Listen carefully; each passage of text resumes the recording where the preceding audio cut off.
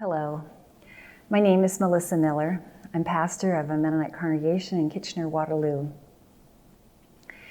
In Unit 13, we look at a dialogue in time. And as I worked through this unit in preparation for this video, I kept thinking about the dialogue we've all been having in the COVID days. And certainly, as I've mentioned in these videos, we've had some challenging topics to sort through here in this Sunday school series, and COVID is one of those challenging topics. And so I'll return to that later when I think about some of the conversations I've had in this pandemic. In our purpose statement, it says, to recognize that where vulnerability is absent, culture will triumph over God's love. This is not what we want to have happen. We don't want to have culture triumph over God's love. So we step into the open dialogue with vulnerability.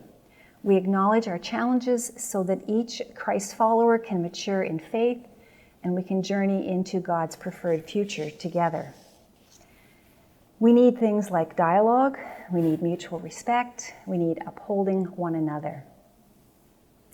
And so again, when I think of COVID experiences within my family, we're a large and close, warm, loving family, and we didn't all have the same views about COVID, or the same views about vaccination, or the same views about masks, and that was really, really hard for us as a family.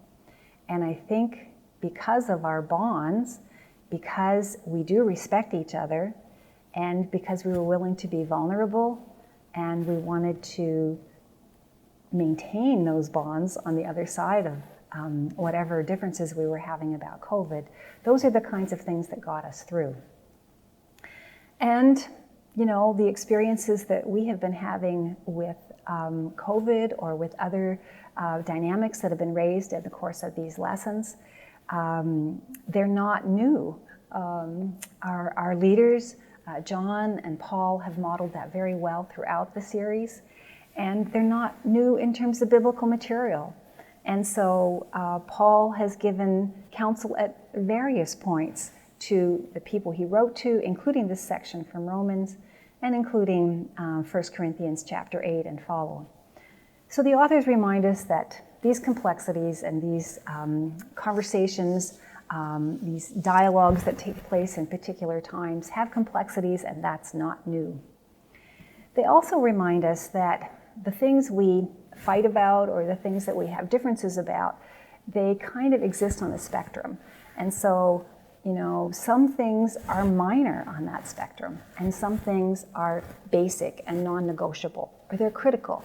And so Paul was writing to his listeners about something that was critical and basic, and he encouraged them to find a way through to something that would, through their dialogue, through their mutual respect for each other, and especially with the goal of building each other up, that they would find a way through with God's grace. One of the places where I've experienced this dynamic of feeling superior can be with a peace witness that I hold as a particular form of Christianity.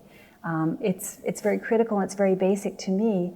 And yet when I'm in conversation with other Christians, I also understand how they might come out at a different place. And so I don't want my peace conviction to come from an attitude of superiority. I want it to be something where I try to shine with Christ's light and also receive God's truth in other people, as we talked about in the previous one. So I think it's important to pay attention to our places where we think we're superior, and also to name those places and name our vulnerability. It may be that storytelling is one of those ways in which you explore the places where you find yourself carrying attitudes of superiority or attitudes of inferiority, and how you can unpack that story to build each other up. I encourage you to choose exercises as a leader that help the group members acknowledge their vulnerability, release their superiority, learn from each other's stories, and upbuild one another. I invite you to close this Sunday school lesson, as well as the others, with prayer. You have shared a rich time together in Unit 3, and I invite you or a member of the student body to pray together. In closing, I offer this blessing for you.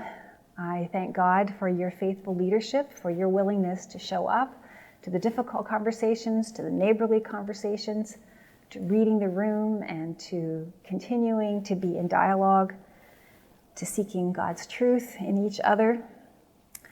And I would ask that God bless your efforts to bring people to dialogue, to mutual respect, and to the upbuilding of the body. Amen.